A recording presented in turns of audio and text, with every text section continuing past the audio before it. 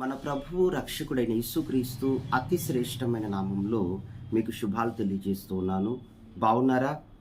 జీవితమే ఒక కన్నీరుమయంగా ఉంది, ఎంతో పోరాటం ఎదుర్కొంటున్నాను అంటున్నారా?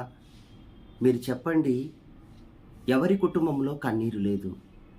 గొప్ప కుటుంబాలైనా, ఏమీ లేని కుటుంబాలైనా కన్నీరు మార్గము గుండా పయనించాల్సిందే, కన్నీరు లోయ గుండా దాటవలసిందే.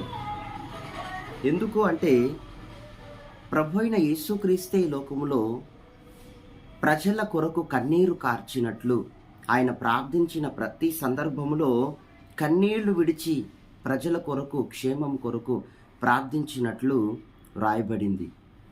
అందుకే ఆయన చెప్పిన సిద్ధాంతం కూడా మీకు గుర్తే ఉంటుంది. లోకములో మీకు శ్రమ కలుగుతుంది, అయినను నేను వాటన్నిటిని జయించి ఉన్నాను, మీరును జయించి నా రాజ్యంలోకి ప్రవేశించాలి అని ఆయన సిద్ధాంతాలు మనకు తెలుసు.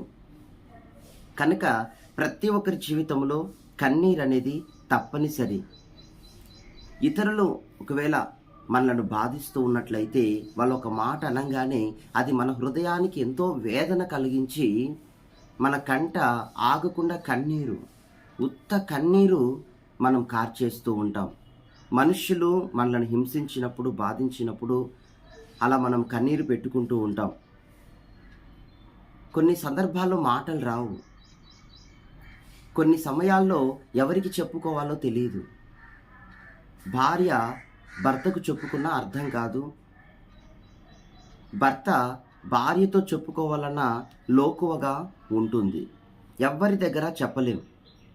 ఒకవేళ ఇతరులతో చెప్పుకుందామా అంటే అది ఇంకా పెద్ద సమస్య అవుతుంది. నిజంగా ఎన్నో గుమ్మాల్లో కన్నీరుంది ఈరోజు, ఎన్నో కుటుంబాల్లో కన్నీరుంది. ఎంతోమంది స్త్రీల గుండెల్లో మనోవేదన, కన్నీటి శోకం ఉంది. ఎంతోమంది పడకలు నేటికి కన్నీరుమయముగానే ఉన్నాయి. కానీ మీరు ఒకటి ఆలోచించారా? ఈ కన్నీరంతా ఎటు వెళ్తోంది? ఈ కన్నీరంతా ఎక్కడికి పోతుంది? రెండు స్థలాలకు మనం విడిచే కన్నీరు వెళ్తోంది. ఒకటి, మీరు మీపై సానుభూతి కలిగి మీకోసం మీరు ఏడ్చుకున్నప్పుడు ఆ కన్నీరు వృధా, నేల మీద పడిపోతుంది, వృధా.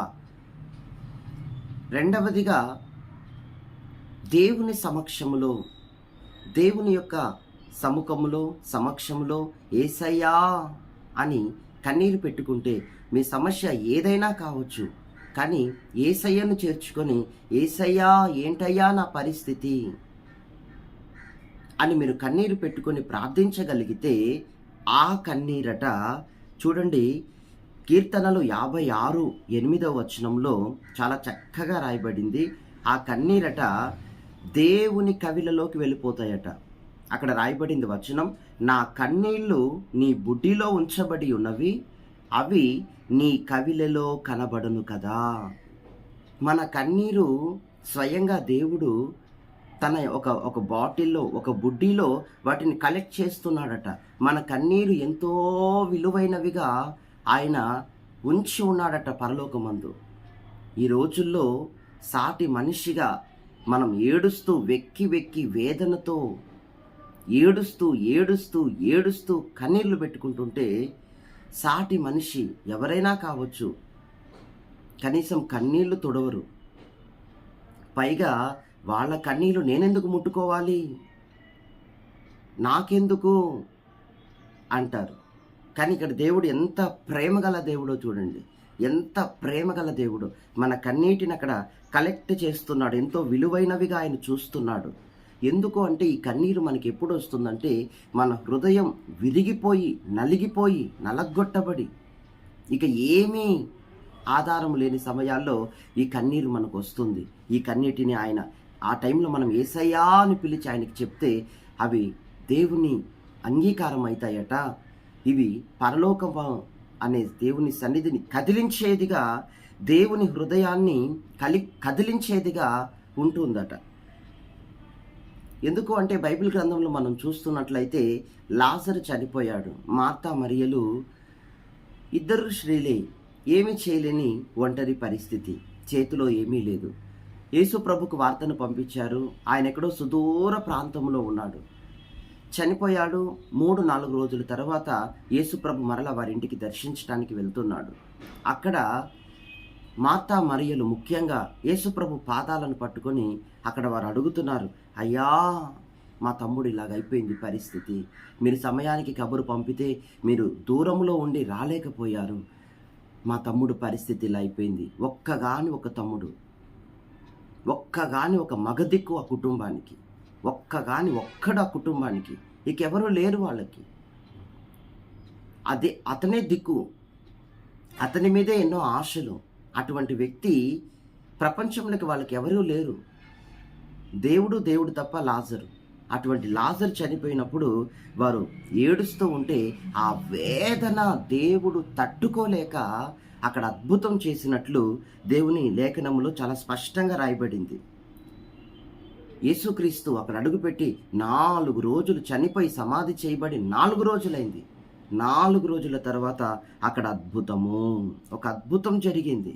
ఎందుకంటే దేవుడు కన్నీళ్లు విడిచాడు. అక్కడ వాళ్ళ వేదనను, వాళ్ళ సంతాపాన్ని తట్టుకోలేక దేవుడు చచ్చిన వ్యక్తిని, సమాధిలో ఉంచబడిన వ్యక్తిని చచ్చిన 4 దినాల తర్వాత దేవుడు పైకి లేపాడు. ఎంత సర్వశక్తుడండి, ఎంత వండర్ఫుల్ దేవుడు. ఈరోజు అందుకే నీ కన్నీటి కోసం ఆయన చూస్తున్నాడు. అప్పు సమస్యలో కూరుకుపోయావా? ఆర్థిక బాధలో నలిగిపోతున్నావా? బంధువుల ప్రేమ అందలేదా? వివాహం జరిగింది కానీ ఏదో సాటిస్ఫాక్షన్ లేదు, ఎవరి ప్రేమలు అందట్లేదు, ఒంటరితనంలో ఉన్నావు, జాబ్ లేదు, సరైన శాలరీ కాదు, చదువుకున్నావు కానీ ఎందుకు యూజ్ లేని ఉద్యోగం, సంతృప్తి లేని జీవితం, హృదయంలో సంతోషమే దూరం అయిపోయింది అంటున్నావా? ఆనందం కరువైపోయింది అంటున్నావా? ఈరోజు ఎటువంటి కరువులో నువ్వు ప్రయాణిస్తున్నావు? దేవుడు నిన్ను వెతుకుతున్నాడు, దేవుడు నీతో మాట్లాడుతున్నాడు. ఈ వచనము గుండా, ఈ వీడియో గుండా పరిశుద్ధాత్ముడు నిన్నే గమనిస్తున్నాడు, నీ తట్టు చూస్తున్నాడు. ఇక ఆలస్యం చేయక దేవుని తట్టు మరలు, కన్నీళ్లు విడుచు. దేవా, ఏంటయ్యా నా పరిస్థితి అని యేసయ్యా అని కన్నీరు విడుచు. ఆయన కదలబోతున్నాడు.